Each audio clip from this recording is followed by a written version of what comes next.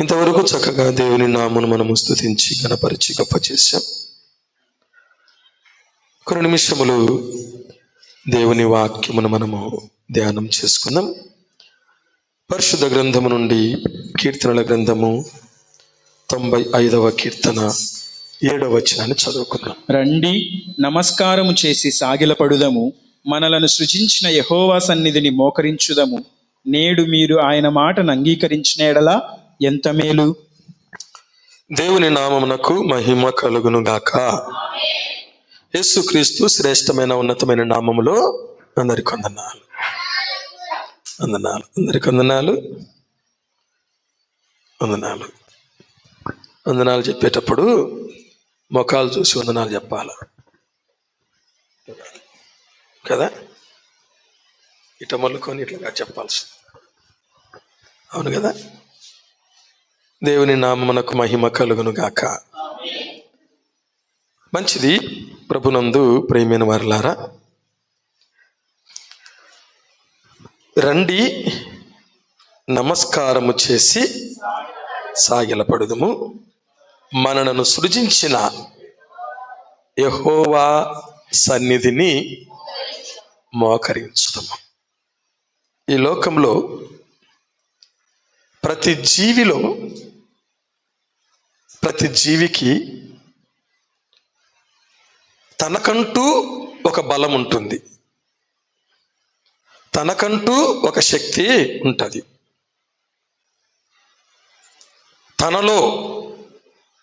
తనలో ఏదో ఒక స్థానంలో బలం అనేది దాగి ఉంటుంది.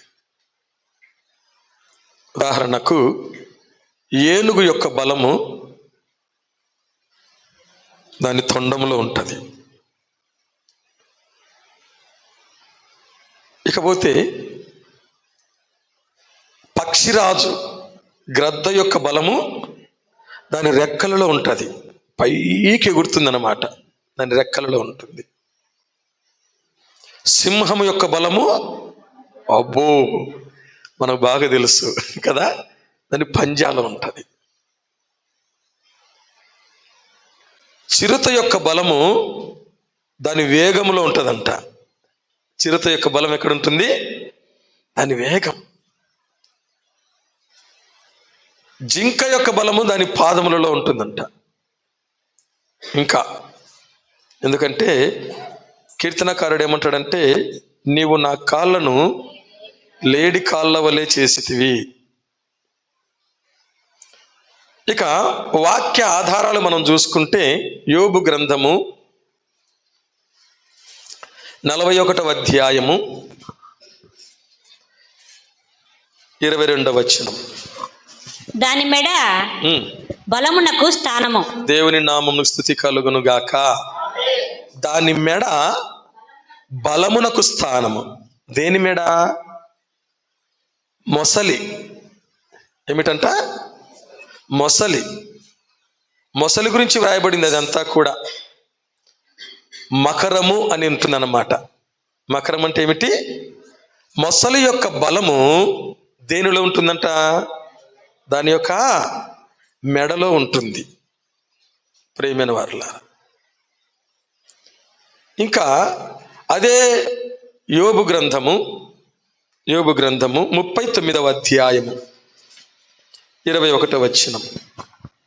మైదానములో అది కాలు దూవి తన బలమును బట్టి సంతోషించును. దేవుని నామమున స్తుతి కలుగును గాక.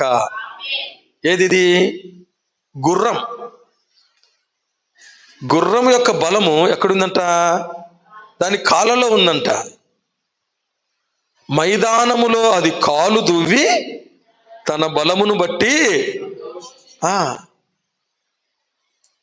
ఇది వాక్యములో వాటి యొక్క బలమును గురించి దేవుడు రాసి ఉంచాడు.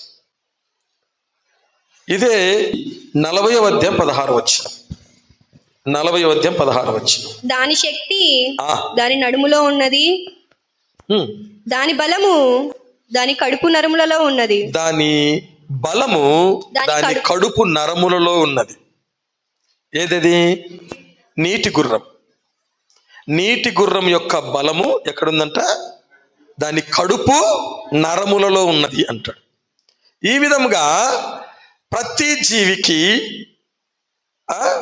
వాటి యొక్క బలము ఏదో ఒక దాంట్లో దాగి ఉంటుంది. మనుషులను కూడా మనము ఆలోచన చేస్తే వారికున్న బలమును బట్టి, మంది బలము కదా, ఏ బలం అంట? మంది బలం కొంతమందికి, కుల బలం కొంతమందికి, డబ్బు బలం చూసుకొని ఏం చేస్తుంటారు? అది చెప్పండి, ఏం చేస్తుంటారు? విరవీగుతుంటారు. కొంతమందికి నోటి బలం అంట. ఏ బలము? నోటి బలం. నోటికి ఎవరు అడ్డపోతారు, ఎవరు గెలుచుకుంటారు అని అంటూ ఉంటారు. ప్రేమైన వారులారా, అయితే ఈ యొక్క ఉదయకాల సమయంలో దేవుడు మనతో మాట్లాడుతున్నది, క్రైస్తవుని యొక్క బలము ఎక్కడుందంటే మోకాళ్ళలో ఉంది. దేవుని నామమున స్తుతి కలుగును గాక. హల్లెలూయా. క్రైస్తవుని యొక్క బలము ఎక్కడుంది? మోకాళ్ళలో. అంశం ఏమిటంటే క్రైస్తవుని యొక్క బలము. హల్లెలూయా. అంశం ఏమిటి? క్రైస్తవుని యొక్క బలం. అందుకనే భక్తుడు అన్నాడు 95వ కీర్తనలో మనం చదువుకున్న లేఖన భాగం 7వ వచనములో, రండి నమస్కారము చేసి సాగిలపడుదుము, మనలను సృజించిన యెహోవా సన్నిధిని మోకరించుదుము. దేవుని పిల్లలైనటువంటి వారి బలము, క్రైస్తవులైనటువంటి వారి బలము ఎక్కడుందంటే మోకాళ్ళలో ఉంది, మోకాళ్ళ ప్రార్థనలో ఉంది. ఇది ప్రతి ఒక్కరూ, దేవుని నమ్మిన ప్రతి ఒక్కరూ తప్పనిసరిగా తెలుసుకోవలసినటువంటి సత్యం. తప్పనిసరిగా నీకు చదువు కావాలి, దానికంటే ముందు మోకాళ్ళ ప్రార్థన కావాలి. దేవుని నామమున స్తుతి కలుగును గాక. నీకు పని కావాలి, దానికంటే ముందు మోకాళ్ళ ప్రార్థన నీకు కావాలి. నీకు డ్యూటీ కావాలి, దానికంటే ముందు ఏముండాలి? మోకాళ్ళ ప్రార్థన ఉండాలి. ప్రియమైన వారులారా, గమనించండి, చూడండి, పరిశుద్ధ గ్రంథము నుండి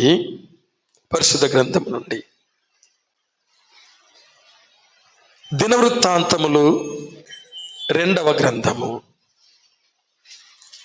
దినవృత్తాంతములు 2వ గ్రంథము 6వ అధ్యాయం 13వ వచనం.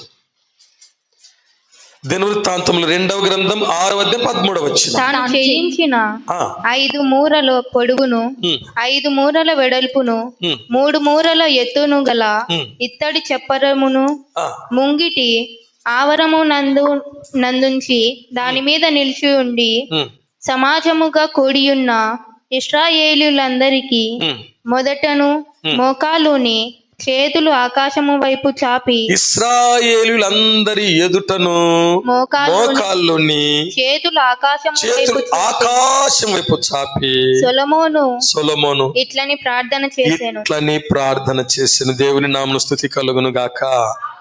సొలొమోను ఒక రాజు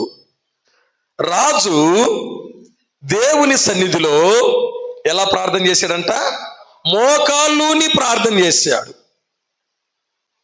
రాజులు తల వంచడానికే ఇష్టపడరు. అందుకనే రాజుల గుమ్మాలు ఎంత ఉంటాయంటే ఎత్తుగా ఉంటాయి. వాళ్ళు ఎప్పుడు నడిచినా టీవీగా నడవాలి, తల దించుకోకూడదు వాళ్ళు. ఎందుకు సొలొమోను మోకరించి ప్రార్థన చేశాడంటే, నేను ఒక రాజ్యానికి రాజును, నేను నమ్మిన దేవుడు సర్వలోకానికి రాజు. దేవుని నామమున స్తుతి కలుగును గాక. హల్లెలూయా. అసలు ఈ రాజ్యమును నాకు అనుగ్రహించినదే ఆ రాజు ప్రభునందు ప్రియమైన వారులారా, ఒక రాజ్యానికి రాజు అయినటువంటి సొలొమోను దేవుని ఎదుట ఏమైనాడు? మోకాళ్ళు ఉన్నాడు. లూకాసు వార్త 22వ అధ్యాయము 42వ వచనం. వారి యొద్ద నుండి రాతివేత దూరము వెళ్ళి ఆ మోకాళ్ళుని తండ్రి దేవుని నామమున స్తుతి కలుగును గాక. యేసుక్రీస్తు ప్రభువు, సర్వలోకానికి రాజైనటువంటి యేసుక్రీస్తు ప్రభువు మోకాళ్ళుని ప్రార్థన చేశాడు. ఎందుకంటే నీకు నాకు మాదిరి చూపడానికి. నీకు నాకు ఏం చూపించాలి? మాదిరి చూపించాలి. యేసుక్రీస్తు ప్రభువు ఏమి చెప్పినా దానికి ముందు ఆయన చేశాడు. యేసు ప్రభు ఏమి చెప్పినా దానికి ముందు ఆయన చేశాడు. యేసు ప్రభు ఏమన్నాడంటే, ఈ యొక్క మిగతా వారి శాస్త్రులతో, పరిచయులతో, ప్రధాన యాజకులతో ఏమన్నాడంటే, వారు చెప్పుదురే కానీ వారు చెయ్యరు అన్నాడు. వారు చెప్పుదురే కానీ వారు చెయ్యరు అన్నారు. యేసుక్రీస్తు ప్రభు అలా కాదు, చెప్పాడు, దాన్ని చేసి చూపించాడు. ఎందుకో తెలుసునా? ఎందుకంటే చెప్పడికేమి ఈజీగా చెప్తావులే నువ్వు అంటారు, నువ్వు చేస్తే నీకు తెలుస్తుందిలే అని అంటారు ప్రభునందు ప్రేమైన వారులారా. అందుకని యేసుక్రీస్తు ప్రభువారు చేసి చెప్పారు, చెప్పి దాన్ని చేస్తొచ్చారు. అపవాదికి అంటే సాతానుకు, అపవాది అంటే మళ్ళీ మీరు వేరే విధంగా ఆలోచించకండి. ఓకే అపవాదికి అంటే సాతానుకు పాటలు పాడే వారితో ఇబ్బందిలే. పాటలు పాడేవారితో ఇబ్బందిలే. పాటలు పాడేటువంటి వానికి ఏం లెక్కలే, భయం లేవానికి. వాక్యం చదివే వాళ్ళంటే ఏం లెక్కలే, భయం లేవానికి, ఇబ్బంది లేవానికి. వాక్యం బోధించేవారన్నా కూడా లెక్కలే. మళ్ళీ ఇది అనుకున్నారు, మళ్ళా వాక్యం బోధించే గొప్ప గొప్ప ప్రసంగికులు ఉంటారు కదా, స్పీకర్స్. ఏ స్పీకర్స్ తెలిసిన? నేషనల్, ఇంటర్నేషనల్ కదా, డైనమిక్. మొదలు పెట్టుకుంటున్నారు ఆయన్ని కూడా, డైనమిక్ స్పీకర్ అంట కదా. అటువంటి వాళ్ళతో సాతానుకు ఏం ప్రాబ్లంలే, ఏం ఇబ్బందిలే, ఏం భయంలే. వానికి ప్రాబ్లం ఎవరితో తెలుసా? ఎవరైతే మోకరించి ప్రార్థన చేస్తారో వారితోనే వారికి ఇబ్బంది. దేవుని నామమున స్తుతి కలుగును గాక. చాలా మందికి వచ్చే నొప్పులు ఏందో తెలుసునా? ఏ నొప్పులు? మోకాళ్ళ నొప్పులు. ప్రాముఖ్యముగా ఎవరికి? ప్రార్థించే వారికి. ఎందుకు? దేవుని సన్నిధిలో నిన్నేం చేయకూడదంటే మోకరింప చేయకూడదు. మోకరించి ప్రార్థన చేస్తే వాడు భయపడిపోతాడు, వాని యొక్క పన్నాగాలన్నీ పటాపంచలైపోతాయి. అందుకనే వానికి భయం. ఎవరంటే మోకరించి ప్రార్థన చేసేవారంటే. దేవుని నామమున స్తుతి కలుగును గాక. హల్లెలూయా. ప్రభునందు ప్రియమైన వారులారా, అందుకనే ఒక క్రైస్తవుని యొక్క బలం ఎక్కడుంటుందంటే మోకాళ్ళలోనే ఉంది, మోకాళ్ళలోనే ఉంది. అలా మోకరించి ప్రార్థించిన వారిని మనము పరిశీలన చేస్తే, వారి జీవితంలో దేవుడు చేసిన కార్యాలను మనము ఆలోచన చేస్తే, మనం ఎలా ఉన్నాం, మన పరిస్థితి ఎలా ఉంది, మనం నిజంగా అలా ఉంటున్నామా? ప్రభునందు ప్రియమైన వారులారా, చాలా మంది శ్రమలను చూస్తారు, చాలా మంది ఇబ్బందులను చూస్తారు. అందుకని ఓ భక్తుడు ఏమన్నాడంటే, నీవు శ్రమలను చూడద్దు, శ్రమలను తీర్చగలిగిన దేవుణ్ణి చూడు. దేవుని నామమున స్తుతి కలుగును గాక. హల్లెలూయా. శ్రమల వైపు నువ్వు చూడద్దు. శ్రమల వైపు నువ్వు చూస్తే కొండలాగా కనపడతాయి. ఆ శ్రమలను తొలగించే దేవుని వైపు చూస్తే ఆ కొండలను పిల్లరాళ్ళ వల్లే చేస్తారు, దాటేటట్టు చేస్తారు దేవుడు. శ్రమ పడేవారులారా, ఇబ్బంది పడేవారులారా, కష్టపడేవారులారా, దేవుడు ఎందుకో ఇంకా నాకు ఈ పరిస్థితి పెట్టాడు అనుకునే వారులారా, ఒకవేళ దేవుడే ఆ పరిస్థితి నీకు పెట్టాడా, నువ్వు ధన్యుడవు, దేవుడు నిన్ను దీవించును గాక. నువ్వు ధన్యురాలవు, దేవుడు నిన్ను దీవించును గాక. హల్లెలూయా. ప్రభునందు ప్రియమైన వారులారా, కష్టాలు పడుతున్నటువంటి వారు, శ్రమలు పడుతున్నటువంటి వారు, నిందలు పడుతున్నటువంటి వారు, ఎప్పుడు మాకు విడుదల అని ఎదురు చూస్తున్నటువంటి వారికి ఈ సమయమందు ఒక చక్కటి ఉదాహరణ చెప్పాలని నేను ఆశపడుతున్నాను. అదేమిటనగా గమనించండి, ఒక 250 రూపాయల, వినండి జాగ్రత్తగా, 250 రూపాయల ఇనుప ముక్క. ఎంత?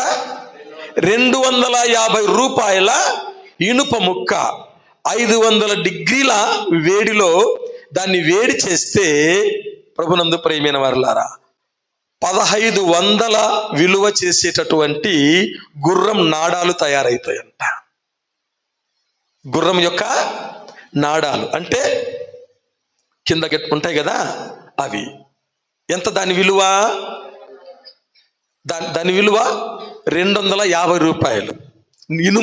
ఇనుము ఎన్ని డిగ్రీల వేడిలో? 500 డిగ్రీల వేడిలో దాన్ని వేడి చేస్తే 1500 రూపాయలు లాభం వచ్చేటటువంటి గుర్రపు నాడాలు తయారవుతాయంట. అదే 250 రూపాయల ఇనుప ముక్కను 1000 డిగ్రీల వేడిలో వేడి చేసి దాన్ని చేస్తే, ప్రభునందు ప్రియమైన వారలారా, జాగ్రత్త వినండి. అదే 250 రూపాయల ఇనుప ముక్కను 1000 డిగ్రీల ఉష్ణోగ్రతలో వేడి చేసి కరిగించి చేస్తే, ప్రభునందు ప్రియమైన వారలారా, ఏమవుతుంది అంటే గమనించండి,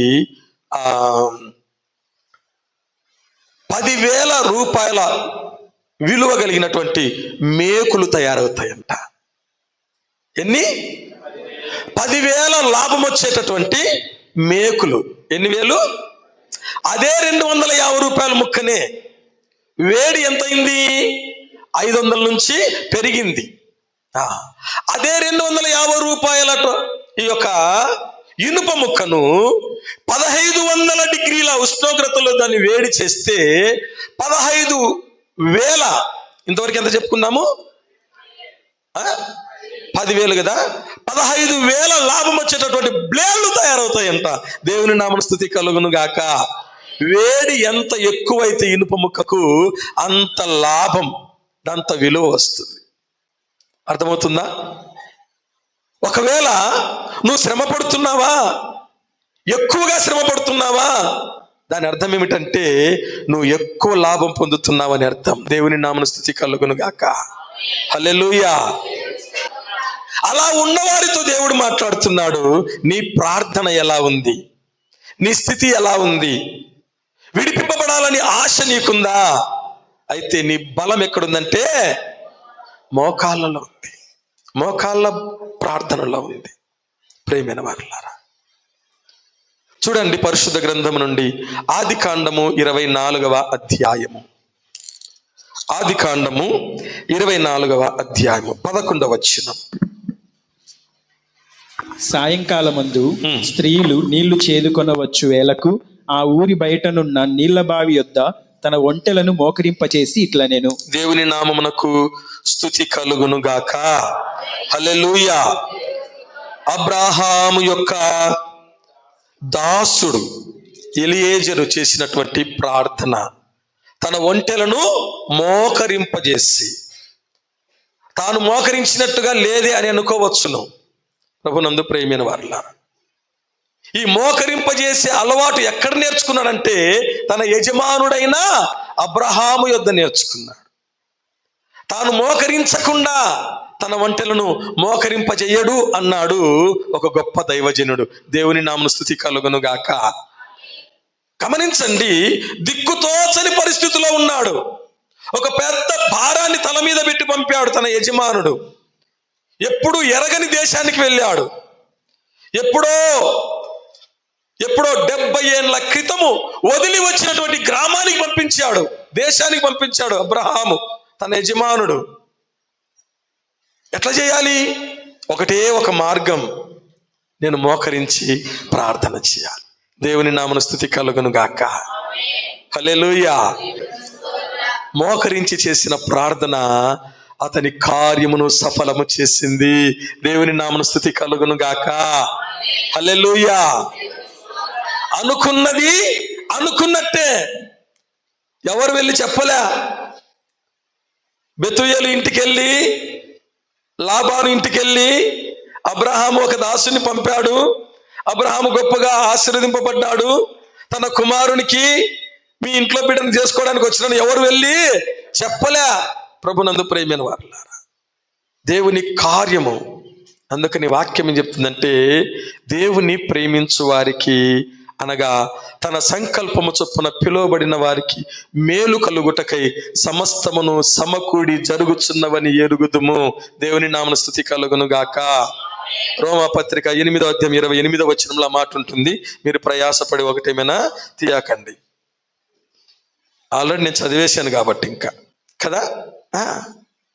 సమస్తమును సమకూడి జరుగుచున్నవని ఎరుగుదుము.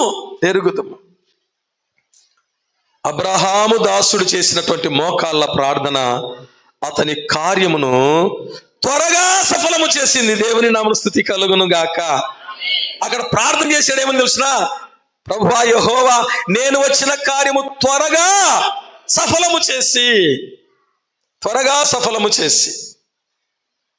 ఉదయకాలం దేవుని వాక్యం వింటున్న సహోదరి సహోదరుడా, దేని కొరకైతే నువ్వు ఎదురు చూస్తున్నావో, దేని కొరకైతే నువ్వు ప్రయాసపడుతున్నావో, ఆ కార్యమును దేవుడు సఫలపరచును గాక. హల్లెలూయా. అలా నీ కార్యము సఫలము కావాలి అంటే నువ్వు మోకరించే అనుభవం నీకుండును గాక, మోకాళ్ళ ప్రార్థన నీకుండును గాక. ప్రభునందు ప్రియమైన వారులారా, ప్రార్థించడం అంటే ఫ్యాషన్ అయిపోయింది. సమయానుకూలముగా మనము ప్రార్థించే వారమై ఉండాలి. దేవుని పిల్లలైన వారు, యూదులైన వారు, ఇశ్రాయేలీయులైన వారు ప్రార్థన అనగా చేసే తప్పనిసరి పని ఏమిటంటే మోకరించడమే. సండే స్కూల్ పిల్లలకు సండే స్కూల్ టీచర్లు నేర్పుతుంటారు. ప్రార్థన అనగానే 1 మోకరించడం, 2 చేతులు జోడించడం, 3 అంటానే కళ్ళు మూసుకోవడం. ఇది అది అనుభవము. ఒకవేళ నీకు అవకాశం లేకపోతే ఆ కథ వేరు. యవన బిడ్డలారా, యవనస్తులారా, నడివయసు కలిగిన వారులారా, మోకరించే బలము ఇంకా ఉన్నవారులారా, అవకాశాన్ని దుర్వినియోగం చేసుకోవద్దు. ప్రభునందు ప్రియమైన వారులారా, దీవెనమ్మ టవల్ తీసుకొచ్చుకుంటుంది. ఎందుకు తెలుసునా? మోకరించినప్పుడు టవల్ వేసుకోవాలి, మోకరించాలి.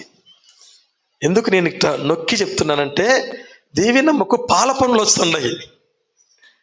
పాల పండు ఒకటి వచ్చింది. ఇక్కడ పండు ఊడిపోయి మళ్ళా పండు వచ్చింది. అంటే 90 ఏళ్ళు దాటినాయి, అయినా మోకరిస్తూ ఉంది. దేవుని నామమున స్తుతి కలుగును గాక. హల్లెలూయా.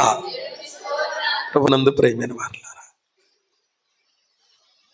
మోకరించే మనస్సు ఎప్పుడొస్తుంది అని అంటే, ప్రభునందు ప్రియమైన వారులారా, నా కార్యము దేవుడు ఖచ్చితంగా నెరవేర్చాలన్నటువంటి హృదయ వాంఛను కలిగి ఉంటే మోకరించే మనస్సు దేవుడు నీకు ఇస్తాడు. లేదనుకోండి, ఎట్లాంటి మాటలు మాట్లాడుతూ తెలుసునా? నేను చెప్పాను కదా ఇంతకుముందు, పిల్లికి జ్వరం వచ్చే మాటలు మాట్లాడతారని. ఎట్ట చేసినా ప్రార్థన దేవుడు వింటాడు. వింటాడు. నువ్వు పండుకొని చేసినా ప్రార్థన దేవుడు వింటాడు. దేవుని నామమున స్తుతి కలుగును గాక. నువ్వు పండుకొని ప్రార్థన చేస్తూ నిద్రపో, అది దేవుడు వింటాడు. అలాగని దాన్ని ఏం చేసుకుంటాం మనము? సాకుగా చూపించి ఎట్ట చేసిన దేవుడు వింటాడులే అని చెప్పి నీ ఇష్ట ప్రకారం చేస్తాం. పండుకొని చేసినా దేవుడు వింటాడని మా పాస్టర్ అని చెప్పినాడు అంటారు కదా. ప్రభునందు ప్రియమైన వారులారా, మరి అబ్రహాము యొక్క దాసుడు ఎందుకు మోకరించి తన ఒంటెలను కూడా మోకరింపజేసి ప్రార్థన చేశాడు? అది చాలా కష్టమైన పని. అతడు కోరుకున్నది కూడా చాలా కష్టమైంది. ప్రభునందు ప్రియమైన వారులారా, దాన్ని దేవుడు సఫలపరిచాడు. ఉదయకాలం దేవుని వాక్యం వింటున్న నీ కార్యము దేవుడు త్వరలో సఫలపరచును గాక. హల్లెలూయా. రెండవదిగా ఇంకో మాటను చూడండి, పరిశుద్ధ గ్రంథం నుండి ఎజ్రా గ్రంథము 9వ అధ్యాయము 5వ వచనం. ఎజ్రా గ్రంథము 9వ అధ్యాయము 5వ వచనం. సాయంత్రపు అర్పణ వేళను శ్రమ తీరగా నేను లేచి నా వస్త్రమును పై దుప్పటిని చింపుకొని మోకాళ్ళ మీద పడి నా దేవుడైన యెహోవా తట్టు చేతులెత్తి, దేవుని నామమున స్తుతి కలుగును గాక, మోకాళ్ళ మీద పడి ప్రార్థన చేశాడు. ఇదంతా కూడా అక్కడి నుండి చివరి వరకు ఎజ్రా చేసిన ప్రార్థన. ఎజ్రా మోకరించి చేసిన ప్రార్థనకు దేవుడిచ్చిన జవాబు ఏమిటో తెలుసునా? 10వ అధ్యాయం 17వ వచనం చదవండి. 10వ అధ్యాయం 17వ వచనం. మొదటి దినమున అన్ని స్త్రీలను పెళ్లి చేసుకొనిన వారందరి సంగతి వారు సమాప్తము చేసిరి. దేవుని నామమున స్తుతి కలుగును గాక. యెరూషలేములో పరిస్థితి ఎలా ఉంది అంటే అస్తవ్యస్తంగా ఉంది, క్రమము లేకుండా ఉంది. దేవుని పిల్లలైనటువంటి వారు అన్య స్త్రీలను పెళ్లి చేసుకోకూడదు, అన్య పురుషులను పెళ్లి చేసుకోకూడదు. ఎందుకనంటే వారు దేవునికి విరోధమైనటువంటి విగ్రహారాధనకు వారిని లోపరుస్తారు. గొప్ప రాజు, జ్ఞానములో అతనికి మించిన వాడు లేడు. ఎవరు? సొలొమోను. పతనమైపోవడానికి కారణం ఎవరో తెలుసునా? అన్య స్త్రీలను వివాహము చేసుకొనుట. ప్రభునందు ప్రియమైన వారలారా, మొట్టమొదటిగా దేవునికి మందిరాన్ని కట్టించిన ఘనత సొలొమోనుకుంటే, ప్రభునందు ప్రియమైన వారలారా, వాళ్ళ భార్యలు మాటలు విని అన్య దేవతలకు కూడా గుడులు కట్టించిన ఘనత ఎవరికి వచ్చిందంటే సొలొమోనుకే వచ్చింది. ప్రియమైన వారలారా, అటువంటి పరిస్థితి యెరూషలేములో ఉంది. భయంకరమైన పరిస్థితిలో ఉన్నారు, క్రమము లేని పద్ధతిలో ఉన్నారు. దాన్ని చూసి చలించిపోయాడు ఎజ్రా. ఏం చేశాడు తెలిసిన? మోకరించి ప్రార్థన చేశాడు. దేవుని నామమునకు స్తుతి కలుగును గాక. మోకరించి ప్రార్థన చేస్తే వారందరూ ఏమన్నారు తెలిసిన? అక్కడ ఉన్న వారందరూ, లేయ్, ఈ పని నీ ఆధీనంలో ఉంది. ఒక్కడంటే వింటాడండి. ఇంకా ఇప్పటి కాలంలో కుటుంబమే ఇండ్లే. ఎవరు వినడం లేదు? కుటుంబంలో 3-4 ఉంటేనే వినడంలే. దేశము, ప్రభునందు ప్రియమైన వారలారా గమనించండి, వాళ్ళందరినీ క్రమబద్ధీకరణ చేయాలంటే ఏముండాలో తెలుసునా?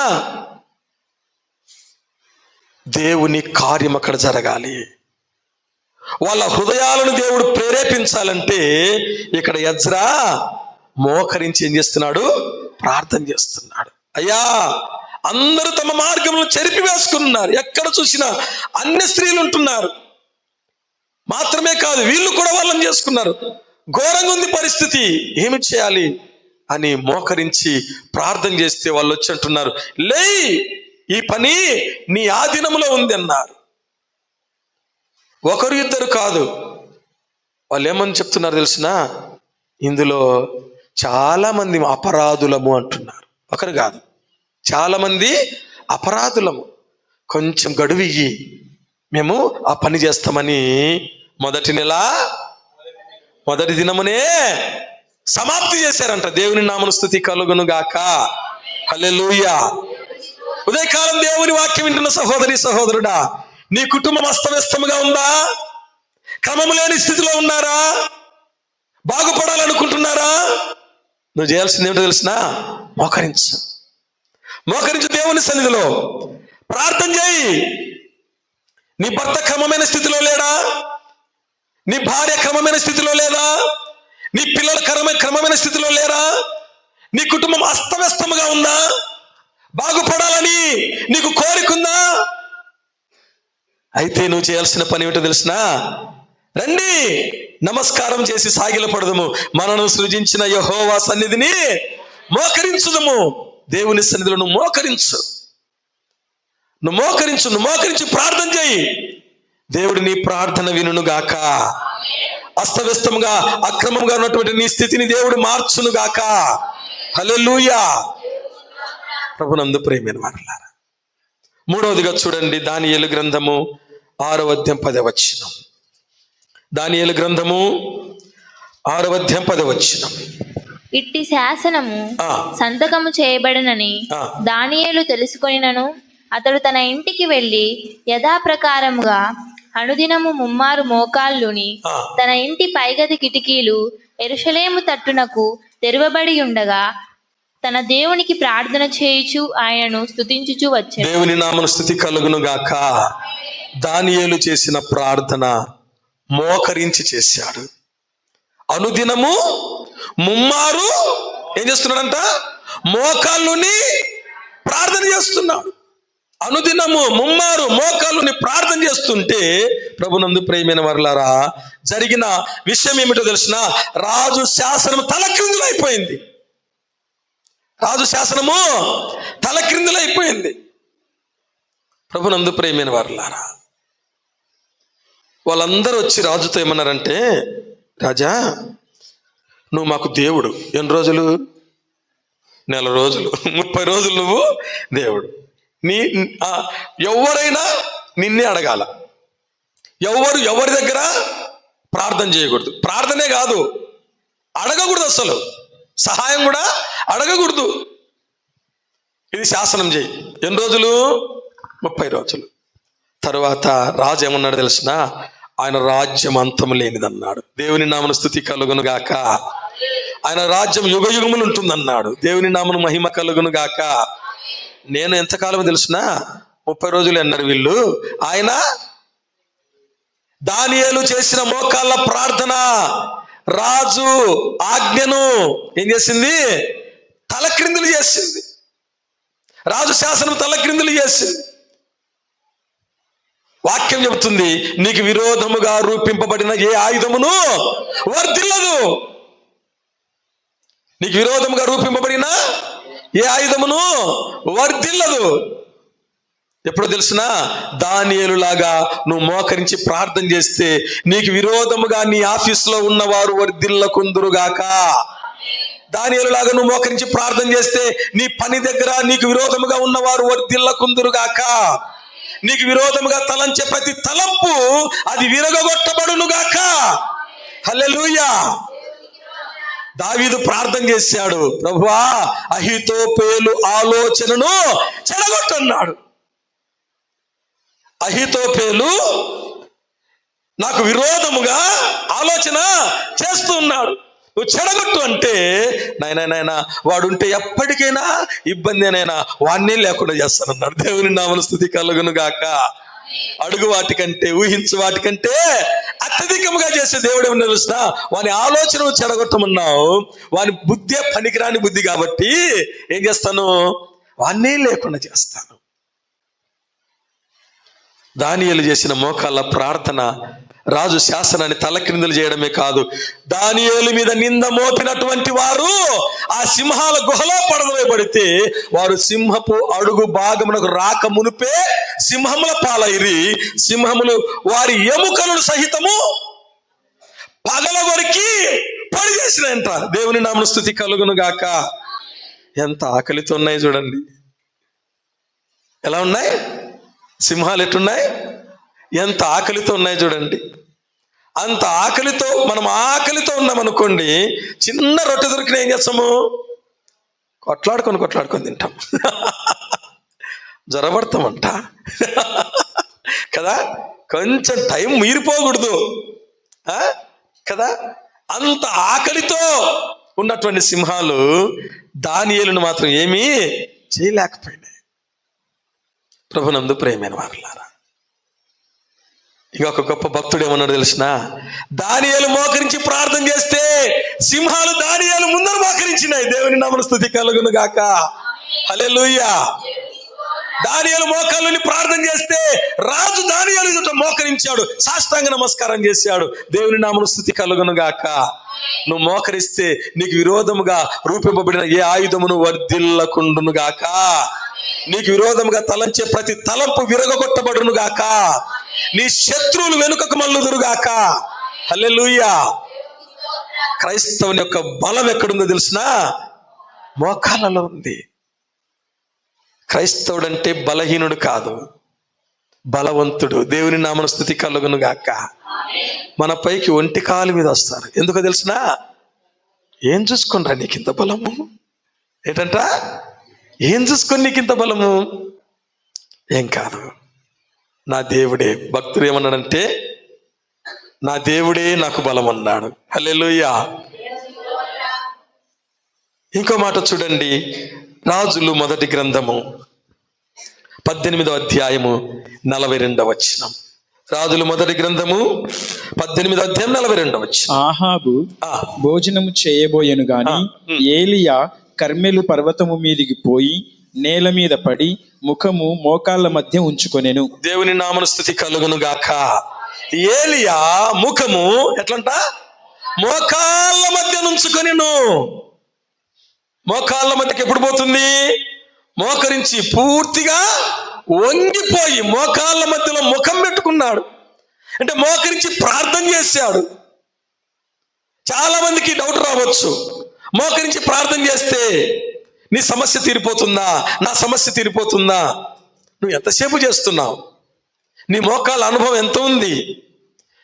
ఏలియా ఎంతసేపు ప్రార్థన చేశాడో తెలిసినా, తన పనివాడు 7 సార్లు మెరక ఎక్కి దిగినంత వరకు, 7 సార్లు మెరక ఎక్కి ఆ కొండ ఎక్కి దిగినంత వరకు, 7 సార్లు ఎక్కి దిగాలంటే ఎంత సమయం పడుతుంది? అంతవరకు మోకాళ్ళ మధ్యలో తన ముఖం పెట్టుకుని ప్రార్థన చేస్తే ఏలియా మోకాళ్ళ ప్రార్థన 3.5 సంవత్సరములు మూయబడిన ఆకాశము తెరవబడింది. దేవుని నామమున స్తుతి కలుగును గాక. హల్లెలూయా. ప్రభునందు ప్రియమైన వారులారా, విస్తారమైన వర్షం వచ్చినట్లుగా ధ్వని పుట్టుచున్నది. విస్తారమైన వర్షము, 3.5 సంవత్సరము మంచు లేదు, వర్షము లేదు, ఆకాశం మూయబడింది. మూయబడిన ఆకాశం తెరిచింది. ఏమిటో తెలిసిన, ఏలియా యొక్క మోకాళ్ళ ప్రార్థన. ఏలియా గురించి మనకు తెలుసు. యాకోబు అంటాడు, ఏలియా మన వంటి స్వభావము గల మనుష్యుడే, అతడు వర్షింపకున్నట్లు ఆసక్తితో ప్రార్థన చేయగా, ఎలాగూ మోకాళ్ళ మీద పడి మోకాళ్ళ మధ్య తన ముఖం పెట్టుకొని ప్రార్థన చేయగా ఆకాశము తన వర్షం ఇచ్చింది, భూమి తన ఫలం ఇచ్చింది. దేవుని నామమున స్తుతి కలుగును గాక. ఈనాడు మోకరించి నువ్వు ప్రార్థన చేస్తే మూయబడిన ఆశీర్వాదం తెరవబడును గాక. హల్లెలూయా. వర్షము దేనికి గుర్తో తెలుసిన? ఆశీర్వాదానికి గుర్తు. చాలా కుటుంబాలకు ఏమి కోల్పోతున్నారంటే ఆశీర్వాదాలు కోల్పోతున్నారు. ఆశీర్వాదం ఇచ్చే దేవుని వెంట రావడం లేదు, కానీ ఆశీర్వాదాల వెంట పరిగెత్తుతా ఉన్నారు. దేని వెంట? ఆశీర్వాదాల వెంట. వాక్యం చెబుతుంది, యెహోవా ఆశీర్వాదము ఐశ్వర్యమిచ్చిన నరుల కష్టము చేత దాని వెంట పరిగెత్తుతున్నారు. వర్షము దేనికి గుర్తంటే ఆశీర్వాదానికి గుర్తు. నీ జీవితంలో ఏ ఆశీర్వాదం అయితే మూయబడిందో నీ మోకాళ్ళ ప్రార్థన ద్వారా అది తెరవబడును గాక. హల్లెలూయా.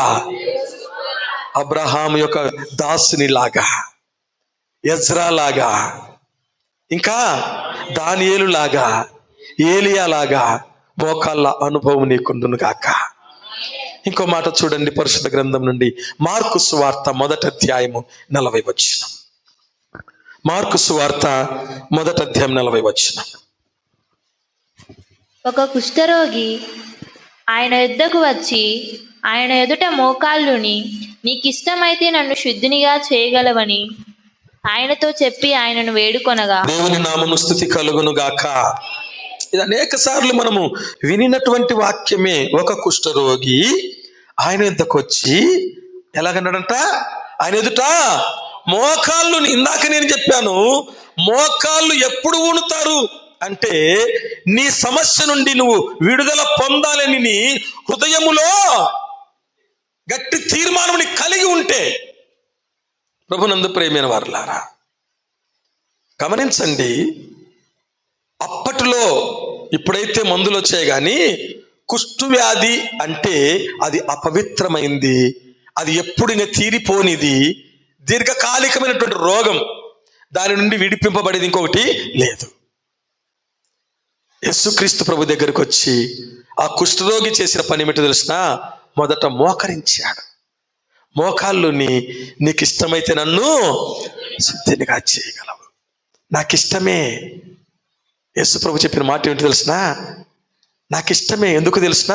నువ్వు వచ్చిన విధానం నాకు నచ్చింది, నువ్వు మోకరించిన విధానము నాకు నచ్చింది, నేను ఇష్టపడ్డా, నాకు ఇష్టమే అని వాని తాకి, వాని ముట్టి దేవుడు స్వస్థపరిచాడు. అదే కాలం దేవుని వాక్యం వింటున్న సహోదరి సహోదరుడా, ఏ రోగంతో నువ్వు బాధపడుతున్నావో, ఏ వ్యాధితో నువ్వు బాధపడుతున్నావో, ఏ వ్యాధితో నువ్వు కృంగిపోతున్నావో, ప్రభునందు ప్రియమైన వారలారా, ఆ వ్యాధి పోవాలంటే, ఆ వ్యాధి నుంచి విడుదల పొందాలంటే నువ్వు చేయవలసింది ఏదో తెలిసిన? మోకరించు దేవుని ఎదుట, మోకాళ్ళని ప్రార్థన చేయి. ఈ లోకంలో ఎంతో మంది డాక్టర్లు తమ చేతులు ఎత్తేశారు, ఇక మా వలన కాదు అని. వైద్యులకు పరమ వైద్యుడు నీ ప్రతి వ్యాధి నుంచి నీకు విడుదల కలిగించును గాక, ప్రతి రోగం నుంచి నీకు విడుదల కలిగించును గాక, నాకు ఇష్టమే అని నీతో చెప్పును గాక. ప్రభునందు ప్రియమైన వారలారా, ఏ రోగం నిన్ను పీడిస్తూ ఉందో, ఏ రోగం నిన్ను జనాలకు దూరం చేస్తూ ఉందో, ఏ రోగం నిన్ను అన్ని విషయాలకు దూరం చేస్తూ ఉందో, ప్రభునందు ప్రియమైన వారలారా, ఆయన కనికరమ కలిగిన దేవుడు, ఆయన నిన్ను ముట్టే దేవుడు, నీకు విడుదలనిచ్చే దేవుడు. కుష్ఠరోగి మోకరించినట్లుగా నువ్వు మోకరిస్తే దేవుడు ఖచ్చితంగా నీకు విడుదలనిచ్చును గాక. క్రైస్తవుల యొక్క బలం ఎక్కడుందంటే మోకాళ్ళ ప్రార్థనలో ఉంది. తప్పించుకోవద్దు, సాకులు చెప్పొద్దు. ప్రభునందు ప్రియమైన వారలారా, నేను ఇంతలా నేనెప్పుడు మోకరిస్తానొద్దు. ప్రభునందు ప్రియమైన వారలారా, గమనించండి, మోకాళ్ళు ఊనడము నువ్వు అలవాటు చేసుకోవాలి, మోకరించడము నువ్వేం చేసుకోవాలి? అలవాటు చేసుకోవాలి. చివరిగా ఇంకో మాటను మనము ధ్యానం చేసి ముగించుకుందాం. అపోస్తల కార్యములు 9వ అధ్యాయము 40వ వచనం. పేతురు అందరినీ వెలుపలికి పంపి మోకాళ్ళుని ప్రార్థన చేసి శవము వైపు తిరిగి తబితా లెమ్మనగా ఆమె కన్నులు తెరచి పేతురుని చూచి లేచి కూర్చుండెను. దేవుని నామమున స్తుతి కలుగును గాక. హల్లెలూయా. మనకు తెలుసును, యొప్పేలో తబితా అనేటటువంటి ఒక చిన్నది ఉంది. భాషాంతరము దొర్క అని ఆమెకు పేరు. ఆమె చనిపోయింది. పేతురుని పిలిపించారు. పేతురు చేసిన పని ఏమిటంటే మోకాళ్ళుని ప్రార్థన చేశారు. అనేకులు చేశారు, మనకు వాక్య ఆధారముగా ఇవి నేను తీసుకున్నాను. పేతురు మోకాళ్ళుని ప్రార్థన చేయగా, ప్రభునందు ప్రియమైన వారలారా గమనించండి, చనిపోయినటువంటి తబిత ఏమైంది? జీవం లేని వారికి జీవం వచ్చింది. మీకు విషయం తెలిసిన? మోకాళ్ళుని పేతురు ప్రార్థన చేయవలసిన అవసరమే లేదు. మామూలుగా అనుకున్నట్లయితే పేతురు దారిలో వెళుతూ ఉంటే నీడబడిన వారు బాగుపడినారు. దేవుని నామమున స్తుతి కలుగును గాక. పేతురు నీడబడిన వారు స్వస్థత పొందారు. పౌలు నడికట్లు తీసుకొని వెళ్ళి గడ్డలున్న వారికి అట్లా పెడితే గడ్డలు కరిగిపోతున్నాయి. అలాంటి దేవుడు స్వస్థతనిస్తూ వచ్చాడు. ఇంక ఏముందిరే అని అనుకోలే. ఏం చేశారు తెలిసిన? మోకాళ్ళుని ప్రార్థన చేశాడు. ఎందుకు? మనకు మాదిరి చూపాడు. చనిపోయిన ఆ తబిత బ్రతికినది. జీవం లేని వారికి జీవం వచ్చింది. ఈనాడు చాలా మంది జీవించుచున్నావన్న పేరు మాత్రం నీకున్నది, కానీ నువ్వు మృతుడవే. దేవుని దృష్టిలో చనిపోయిన వారుగా ఎంతో మంది ఉన్నారు. రక్షణ లేని వారు దేవుని దృష్టిలో ఎవరో తెలిసిన? మృతులు. వాక్యం చెప్తుంది, మృతులైన నీ వారు బ్రతుకుదురు, దేవుని నామ స్తుతి కలుగును గాక. మనం చచ్చిపోయిన ఎవరి వారం కావాలి తెలిసిన? దేవుని వారం కావాలి. అంటే రక్షింపబడిన వారం కావాలి. నీ తమ్ముడు బతుకుతాడుమ్మా అంటే పునరుద్ధానమందు బతుకుతాడు నాకు తెలుసు అంటుంది. ఎవరు? మార్త. నువ్వు నమ్మితే ఇప్పుడే బతుకుతాడు. హల్లెలూయా. పునరుద్ధానమును జీవమును నేనే, నా యందు విశ్వాసం ఉంచువాడు చనిపోయినాడు బ్రతుకును, బ్రతికి నా యందు విశ్వాసం ఉంచువాడు ఎన్నటికి చనిపోడు. ఈ మాట నువ్వు నమ్ముచున్నావా? నమ్ముచున్నా ప్రభువా అంటది. మరలా వచ్చి అతడు చచ్చిపోయి 4 రోజులైంది ప్రభువా, తీర్చే కంపు కొడుతుంది ప్రభువా అంటది. ఎక్కడుంది నీకు నమ్మకం ఇంకా అని యేసు ప్రభు అంటాడు. మార్త, నువ్వు నమ్మితే దేవుని మహిమ చూస్తేవని నేను నీతో చెప్పలేదా? అది అది ఈనాడు నీ కుటుంబంలో చాలా మంది మృతులైన వారు ఉన్నారు. వారి కొరకు నువ్వు మోకరిస్తున్నావా? నీ భర్త రక్షణ లేకుండా ఉన్నాడు, నీ భార్య రక్షణ లేకుండా ఉంది, నీ పిల్లలు రక్షణ లేకుండా ఉన్నారు. వారిపైన నీకు భారం ఉందా? వారిపైన నీకు బాధ్యత ఉందా? ఊరికే నిందలేస్తున్నావా? ఈడు మారడు, ఈయన పాడేగట్ట, ఈడు మారడు, ఈడు ఎప్పుడు చచ్చిపోతాడో కదా, ఈడు మారడు, ఎప్పుడు నేను ముండమోచాననే వాళ్ళు ఉన్నారు. ఎప్పుడు నేను ఇట్లాంటి మాటలు పలికేటటువంటి వారు ఉన్నారు. ఇట్లాంటి మాటలు పలికేవారు. దానికంటే ఉత్తమమైనది ఏమి తెలిసినా? వారి కోసం నువ్వు మోకరించు, వారి కోసం నువ్వు మోకరించు, వారి కొరకు నువ్వు ప్రార్థన చేయి. ఏలియా చేసినట్లుగా గంటల తరబడి దేవుని సన్నిధిలో మోకరించు.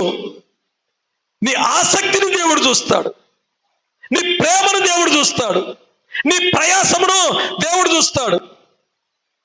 నువ్వు ఎట్లా ప్రార్థన చేస్తున్నావో దేవునికి తెలుసు. అందుకని మనము వాక్యం విన్నాం బుధవారం అనుకుంటా. ఏంటి ఆ వాక్యము? తనకు మొరపెట్టు వారికి అందరికీ, నిజముగా మొరపెట్టు వారికి అందరికీ యెహోవా నువ్వు ఎట్లా ప్రార్థన చేస్తున్నావో దేవునికి తెలుసు. నిజంగా చేస్తాడవా? లేకపోతే నువ్వు చేయమన్నావు కాబట్టి ప్రభువా నేను చేస్తాడ, నాకేం పనిలే. నువ్వేమన్నావు? శత్రువుల కొరకు ప్రార్థన చేయమన్నావు, అంతే, నాకేం ప్రేమ లేదు. నువ్వేమన్నావు? మిమ్మల్ని హింసించు వారి కొరకు ప్రార్థన చేయమన్నావు. ఏడైతుంది ప్రభువా? వాడిని తలుసుకుంటాను నా ఒళ్ళంతా జరులు పాకినట్టు రక్తం సర్రని ఎక్కుతా ఉంది. నువ్వేమో వాళ్ళ కోసం ప్రార్థన చేయమంటావు. కాబట్టి నేనేం చేస్తాడా? నువ్వు ఎట్ట ప్రార్థన చేస్తావో దేవునికి తెలుసు తెలుసు.